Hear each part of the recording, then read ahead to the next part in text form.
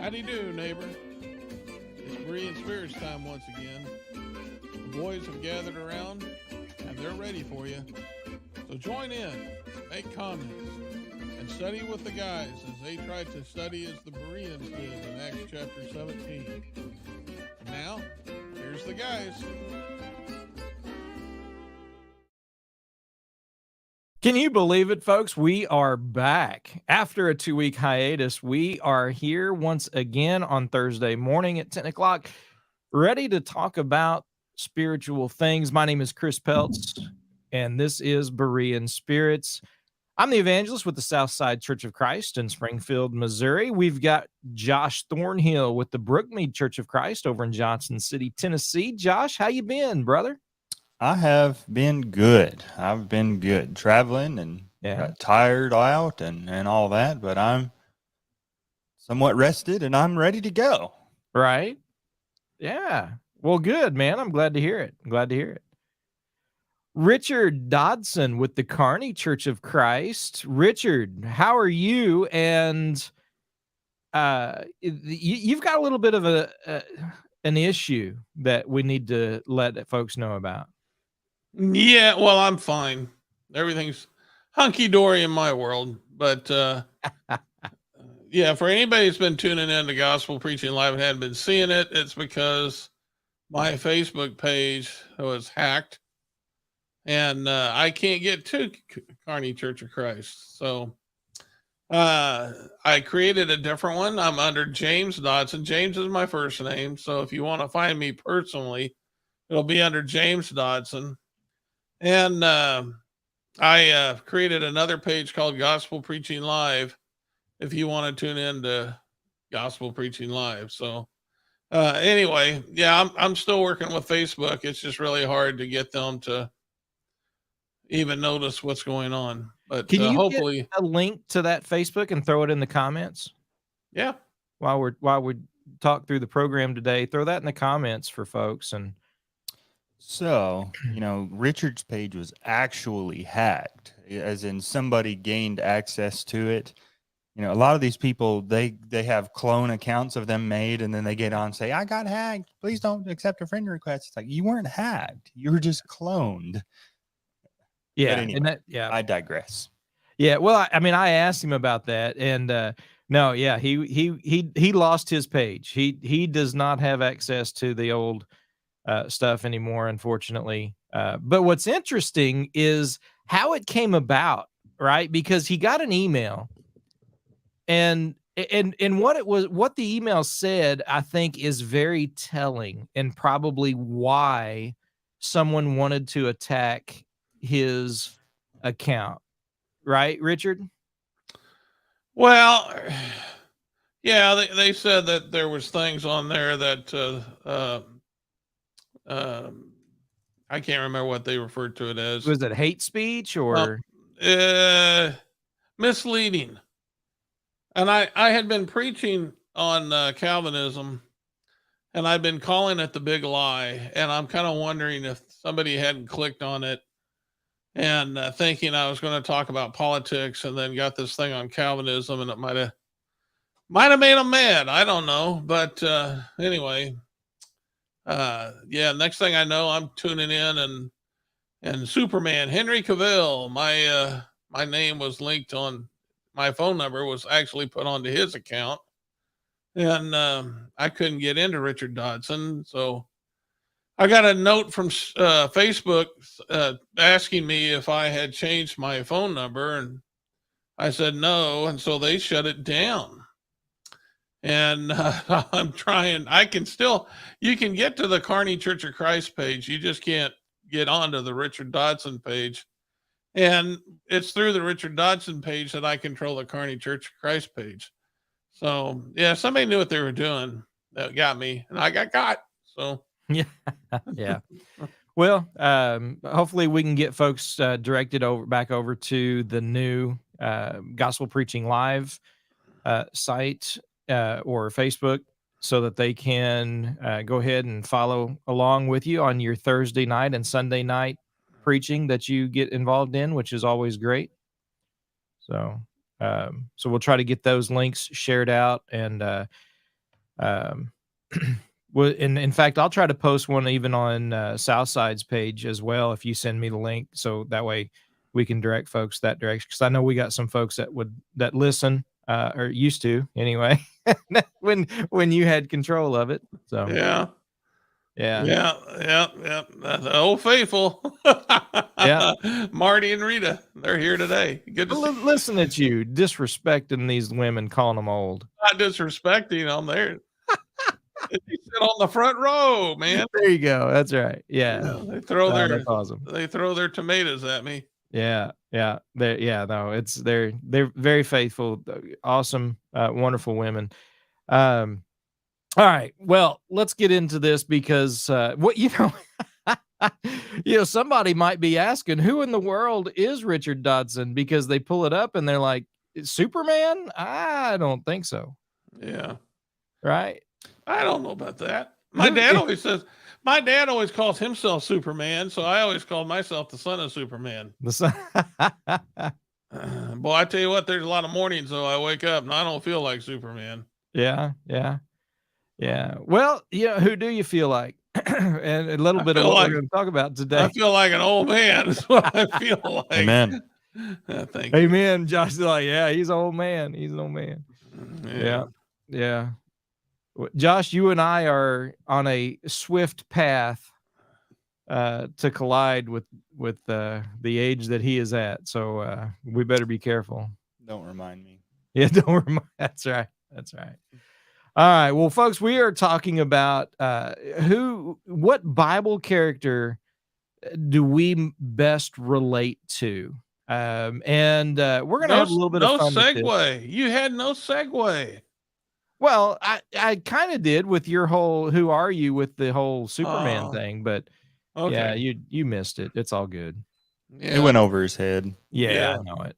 It's all right. There's a one of those,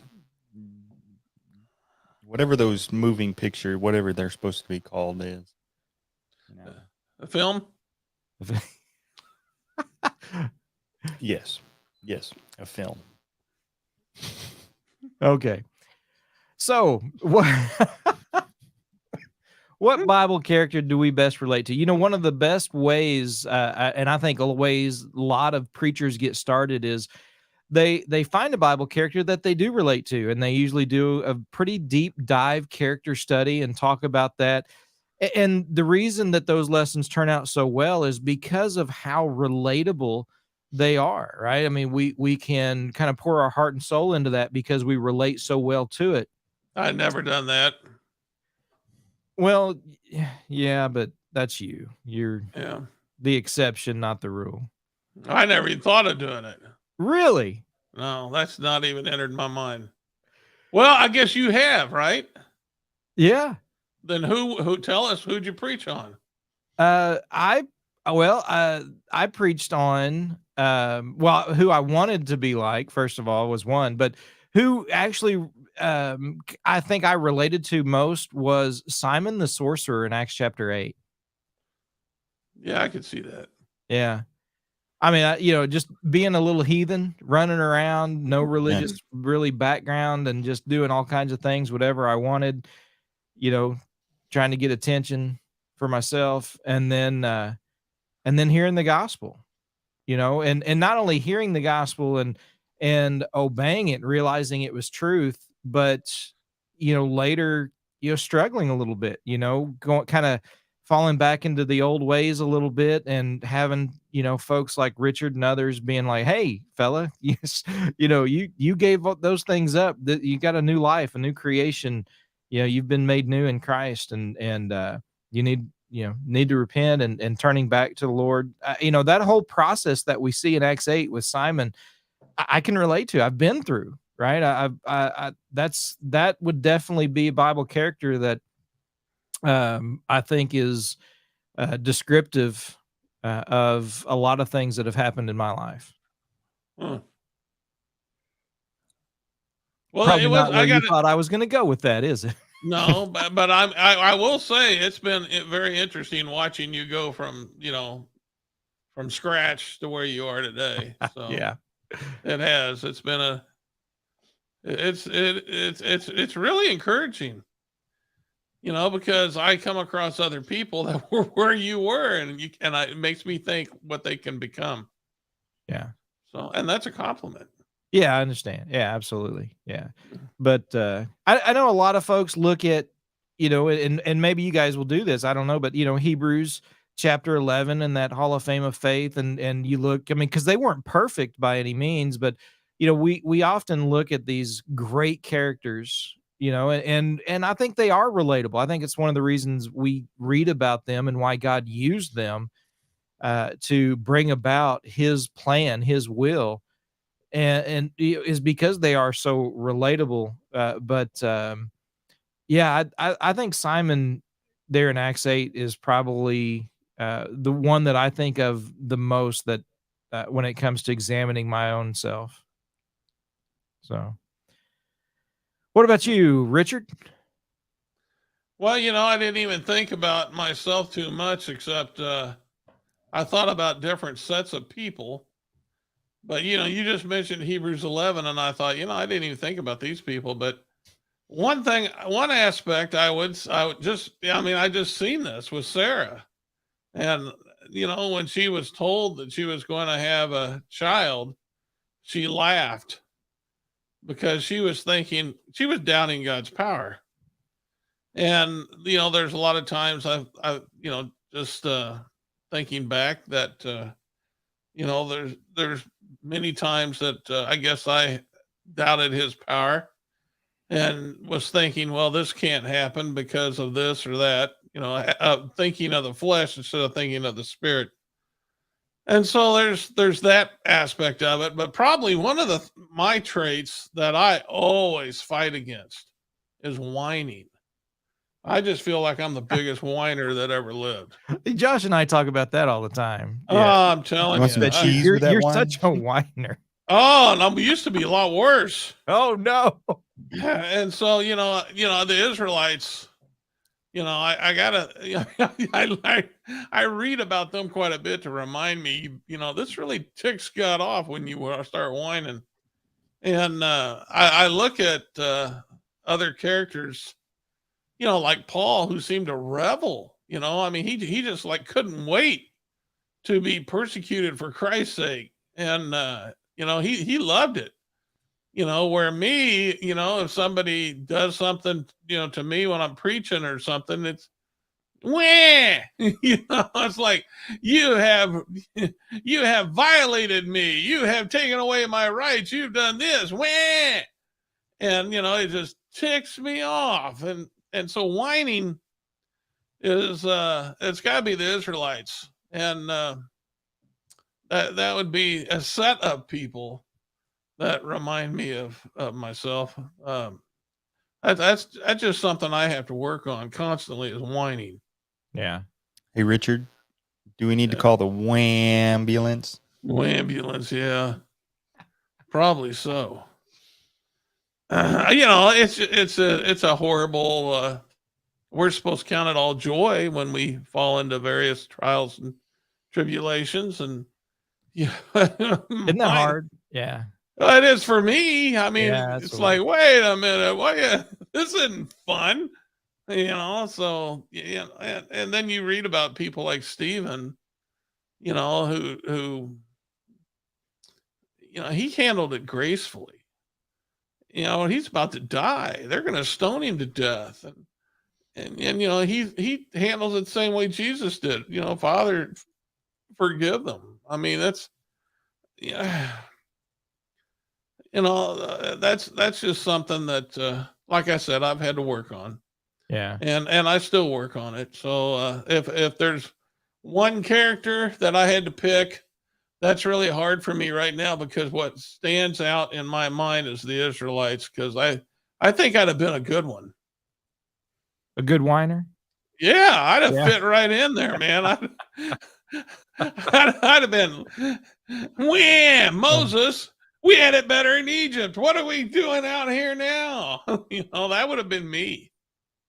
So yeah, and it's interesting, because when you look at all the things that we whine about, and we even look at other people, and sometimes we think, they're so strong because they're going through something. I couldn't handle what they're going through the way they're handling it. And yet, there's probably something we're going through that they wouldn't handle very well.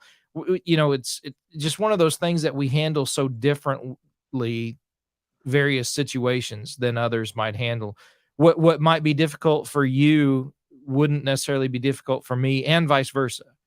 Yeah. Well, Which shows the differences of just people as a whole, and why all of these characters that we can look at in the scriptures, I think, are so relatable to every one of us.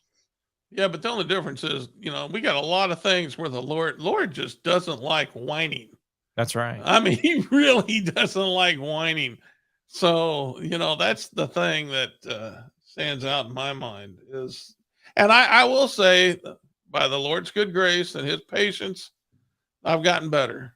But I don't know. I could be a lot better, I think.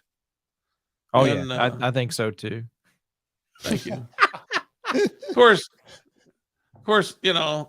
I do have a lot to put up with. Yeah, no, don't you though? Yeah. Yeah, yeah, I ask you how you're doing, you're like, I can't complain. It's like, good, because I don't want to hear it. Yeah. Oh, Yeah. man. All right, Josh, what about you, brother? Well, that's a bit of a tough one. As I kind of think about it, I know there have been times where I've really related to Hannah in 1 Samuel chapter 1. The circumstance that she's going through there. I feel like at times I've related to Jeremiah, particularly in Jeremiah 20 verses 7-9 there. And kind of touching on what Richard pointed out, I definitely feel like I've related with the Israelites. And I was just talking about last night, you think about how Israel was, constantly complaining there, and the fact that they never really, they had so much that was given to them, and they had so many reasons to trust in God and the fact that he was going to provide for them and care for them and protect them. And yet they failed so often. And it's easy for us to just sit here and be like, you boneheads, like, how in the world did you not, how did you not get it? But then we don't get it. Just like Richard pointed out, we fail to trust. We make the very same mistakes. We do the exact same things, and we're not any better or any different than that wilderness generation. And we fight those same battles that they did. And so, like Richard pointed out, by the grace of God, we can overcome those things, and we can be the kind of people that we wanted to be. But I guess I'm also thinking about the fact that I feel like I can relate to Timothy as a young preacher. Obviously, Paul was his father in the faith, and Paul was kind of instilling within him the instructions that he needed to be a faithful minister of the gospel. And I certainly can relate to that, as I've tried to lean on many older men who have been preaching much longer than I have to try and guide me as I've been seeking to do the very same, to spread the gospel of Christ to those around me. So I think that I can relate to him, needing that guidance and needing that those good examples of faithful men who have stood for the truth in the past and continue to be there to guide the young men as they take up the sword. Yeah. Although I don't know if anyone else caught this or not, but I find it interesting that both of you, the first persons that you mentioned, were women. Well, you think we're going to be like transgenders or something? In the current light of our society, you don't have nothing to worry about with me. Not with me either. Yeah. I'm telling you right now. But, it's funny. He picked Timothy and Jeremiah because those were the two I had picked out for him. I mean, they're obvious picks. I mean, and really for the same reasons. Yeah. Timothy, because of Josh's lineage. I mean, his father, his grandfather, and then of course Timothy had his mother and his grandmother. Grandmother, yeah. So I'm,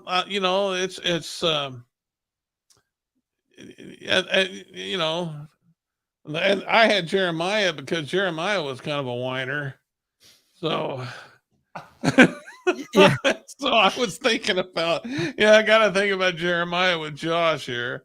Yeah. But, Yeah. yeah. I can get I see that, especially with Timothy. I'll be honest with you, I'll throw this out because with Josh, I kind of went back and forth between Timothy and Titus. Timothy for the reasons you mentioned there, Richard, but Titus because I feel like Josh would be the one who as and think about and I want to be careful how I get to this point. Timothy was willing to be circumcised to get in and teach the Jews, and Titus said no. Right? I'm not going to do that. So I'm kind of torn between Timothy and Titus with Josh because I think Josh would be like, listen, there's a point where we have to say, no, you guys, you need to realize that circumcision or whatever doctrine or whatever teaching, whatever practice, Oh is just my. like, no, we're not going to do this. I'm not going to try and appease a certain group of people. They're going to have to realize that they need to come to Christ and put aside all of these things. Josh, Whereas with, Timothy was willing to do something in order to get to those folks. I kind of see where Josh would kind of go either way with that. But if others were willing to do what Timothy did, where he would stand up like Titus. we all want to know, would you get circumcised? No, we don't want to know. For the preaching. Well, you brought it up. Use that as Paul brought it up. Oh, so anyway, have you noticed? This is why we picked women. I've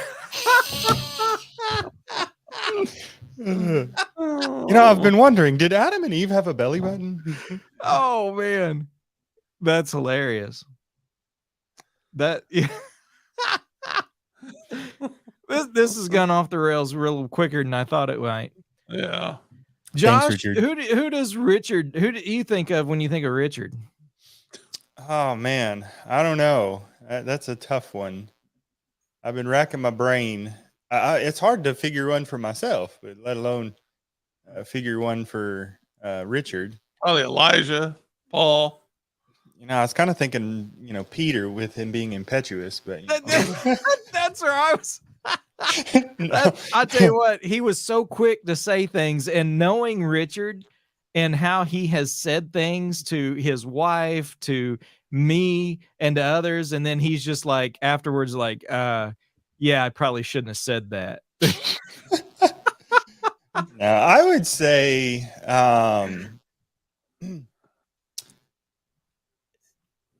someone like Elijah, who's willing to go into the kingdom of evil and stand for the truth. I know Richard is, based on conversations we've had, Richard is, tried to stand up for the truth, even in the midst of congregations where people were not willing, where the leadership was not willing. And that can be a very difficult thing.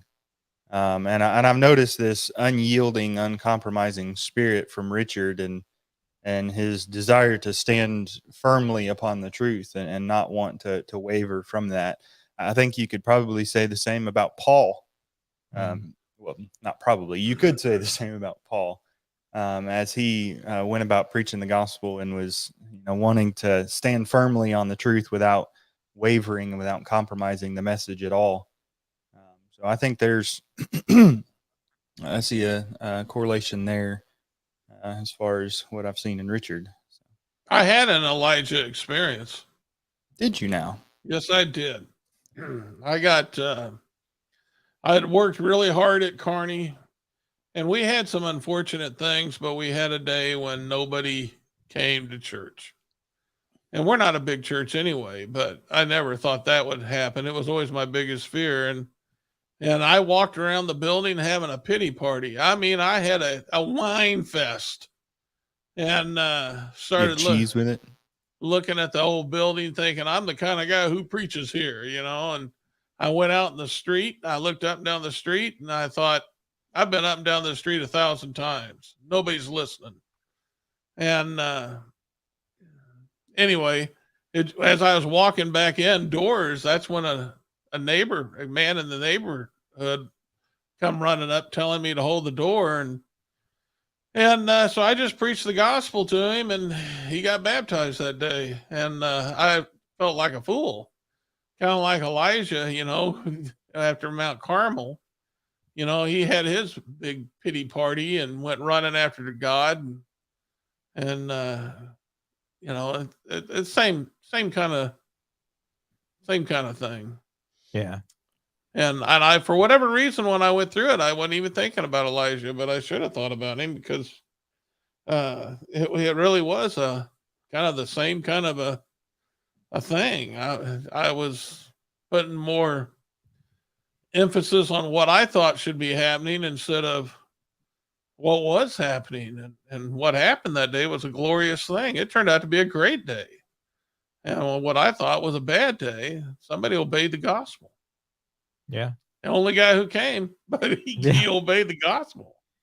So, yeah, that was my Elijah moment. Every time I tell that story, I'm like, I don't know why I forgot about Elijah. I should have thought about him right then and there. Yeah. And that, again, that just goes to show just how relatable all of these characters are. One of the things that probably impresses me most about the Bible as a whole is how you think about how man would have written this story, if God's hand wasn't in it. Would we really know about all the failures and all the disappointments and all the struggles and doubting that these great characters of God went through? When man writes a story, we've got heroes, right? And that really didn't really do anything wrong or struggle. They just were, the conquerors and the greats. And yet, as God writes this story and brings us to the point where we are even now, he's showing us how he was able to use these men that are just like us, and that go through the same struggles and difficulties and have the same failures. And yet he's able to use them and bring about his will and help us to be successful. Well, that's the prayer, isn't it? Yeah. Because I know one thing, I'm not going to heaven without without a lot of help from Jesus. Yeah. It's not going to happen. But Well, I'll tell you who you remind me of, Chris. Okay. And I knew it right off the start. It's Mordecai of the Queen Esther. Really? No? Well, I think I'm glad it wasn't a woman. Or Haman. No. There's two reasons why Chris reminds me of Mordecai. And well, the first one, with his little bout with Haman, if you remember, Haman wanted everybody to bow to him, and he made it to where it was law. He got to where it was law. You're supposed to bow to him. And Mordecai's like, I'm not bowing to you. And he wouldn't do it. And I thought to myself, that's Chris. Chris can tick off an opponent, a spiritual opponent, faster than any Christian I've ever seen. I mean, he really can. He can really. I mean, it was because of Mordecai. Haman now wants to do away with the whole Jewish race, and a lot of it goes back to Mordecai. So yeah, that Chris reminds me a lot of Haman in that regard, but not Mordecai in that regard. But the secondly is, Mordecai gave good advice, and he didn't really know the answer, but as he was thinking about things and talking to his, what was she, cousin, I guess? Niece, maybe? No, it wasn't a niece. I think it was cousin. He raised her like she was his niece. But anyway, I'll go back and look at that. But the point being is that he said, "How do you know you weren't put here for such a time as this?" Mhm.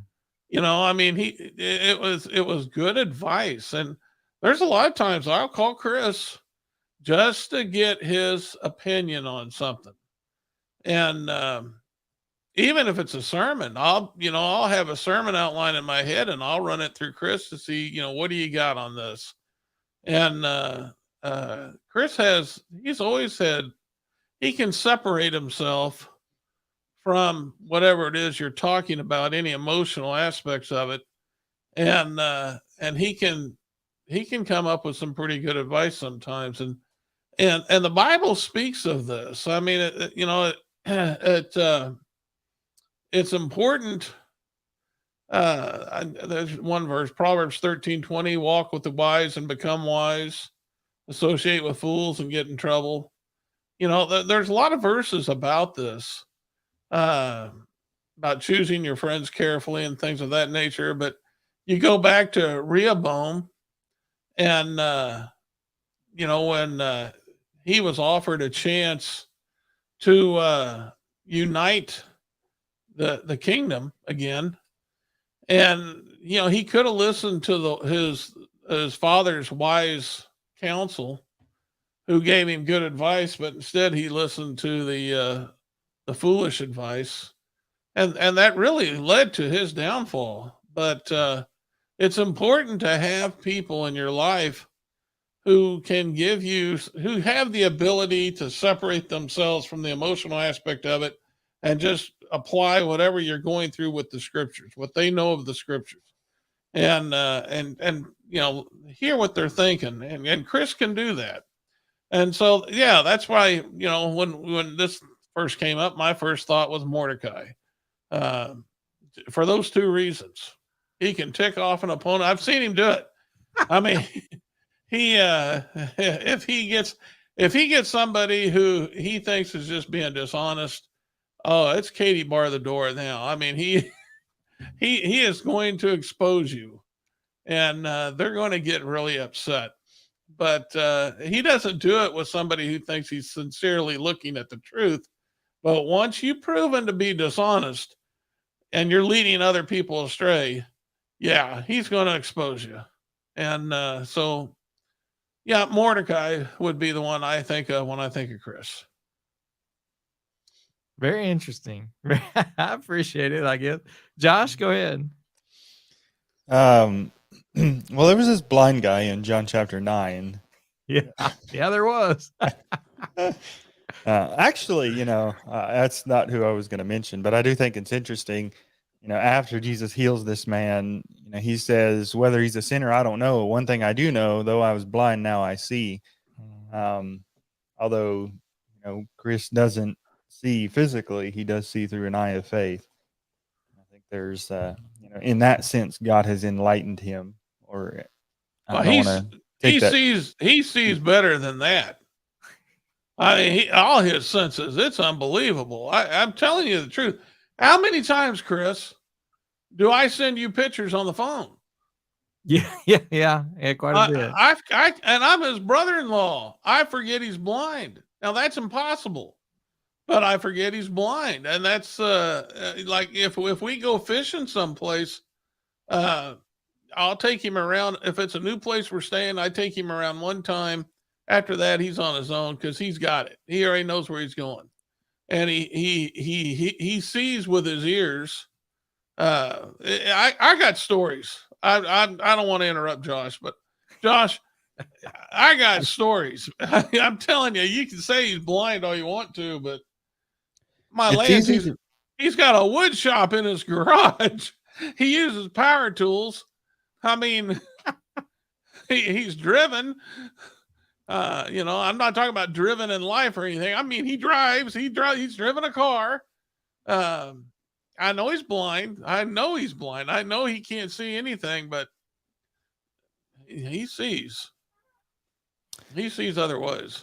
It is easy to forget because obviously habit can come into play as well, because like when Chris was at West Tennessee, there was a time where, we were outside at the basketball hoop, and we'd stand underneath it and clap so that he'd know where the hoop was, and then he'd shoot it. And so he did that one time, and I'm standing under the hoop, and I catch the ball, and just out of instinct, I bounce it back to him, and it hits him. He's like, "Really?" Yeah, right. Anyway, Oh man. on a more serious note, Yeah. I do think that I do agree with what Richard said down there about Chris as far as the advice. I know there's times where I've come to him, with issues. He's one of the guys I can lean on when I need it, and it's been an encouragement and help to me. So I was thinking in that regard, kind of Barnabas, because Barnabas was kind of known as the son of encouragement. And Chris might joke with you a little bit, but there's always going to be some good spiritual encouragement along with it. So that's something I've always appreciated. Do you think Chris would have taken John Mark with him though? I don't. I think Chris would have said, "Hey, I'm not messing with this dude. He's already let me down. I want people committed." That's the way I see Chris. With that, definitely 15 years ago, yes, I think you're right. I don't know about now. I would at least reconsider. Yeah, I don't know. I know. I'm not in that situation, so it's hard to say, but I get it. I definitely in times past can see that. Yeah. So interesting. But there's other aspects to Barnabas I'd agree with. I didn't think about Barnabas. So, I mean, that aspect of it, he thinks for himself, which you would think somebody who's with the Apostle Paul, the Apostle Paul was such a dominating personality, it would be easy to get sucked in and just do whatever he wants to do. But Barnabas was not like that at all. And, they had contention amongst them.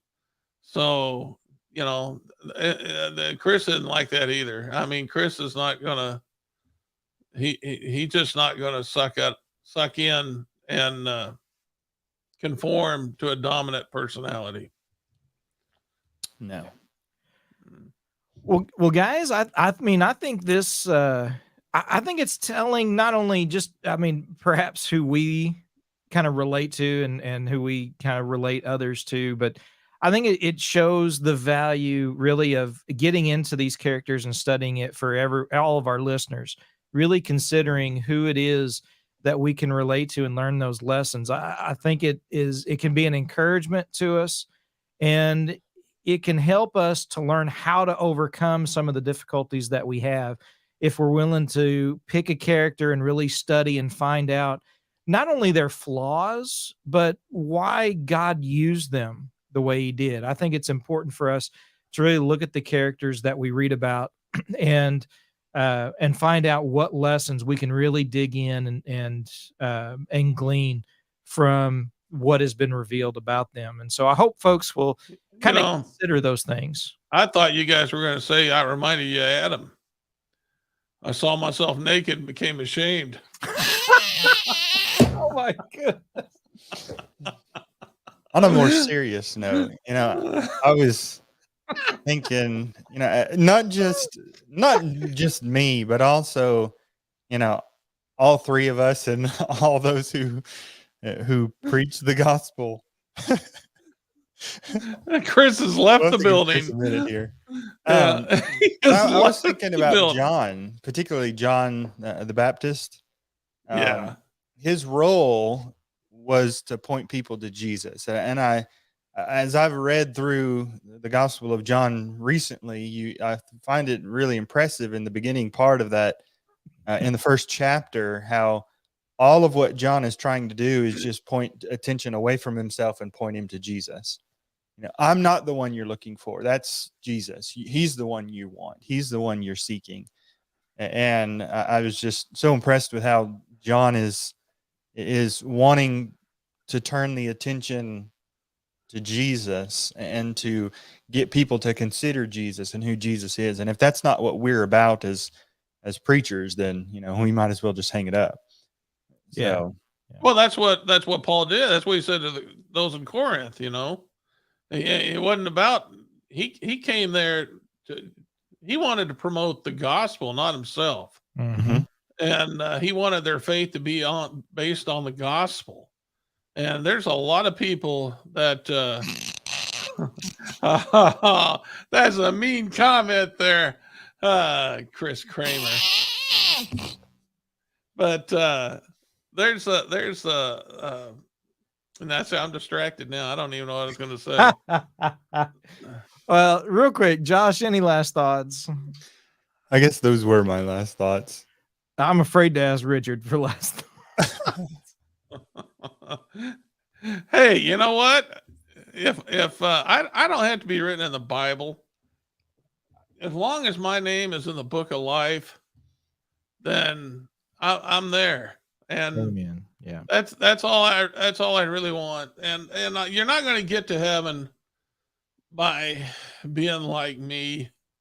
You're going to get to heaven by being like Jesus. And so, we can sit there and look at these characters and compare ourselves with them. But the best thing we can do is to look to Jesus and compare ourselves to him. And boy, I still got a long ways to go. And the scary part is I'm 60 years old. But, we didn't even bring up Jesus. But wow. I mean, every time you think about the life of Jesus and the things that he did, it's that, it's like, man, I'm a failure. I mean, I try to do better, but he's just perfect. Yeah, that's right. Amen. Yeah. That's who we should be striving for sure. Yeah. I'm surprised none of us mentioned, at least in relation to me, Joshua. I just now thought of that. Why you?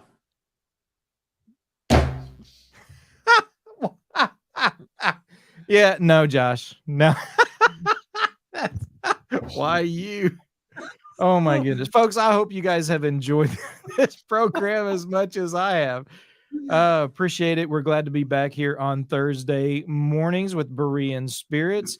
And be sure and check out the Southside Church of Christ and the Brookmead Church of Christ pages. We're going to try and post links to Richard's new gospel preaching live. It's on there. Yeah, but we're going to share it other places just in case folks need to find it. So, but we'll share it out to folks so they'll know about it. And until next time, remember to search the scriptures with Berean Spirits.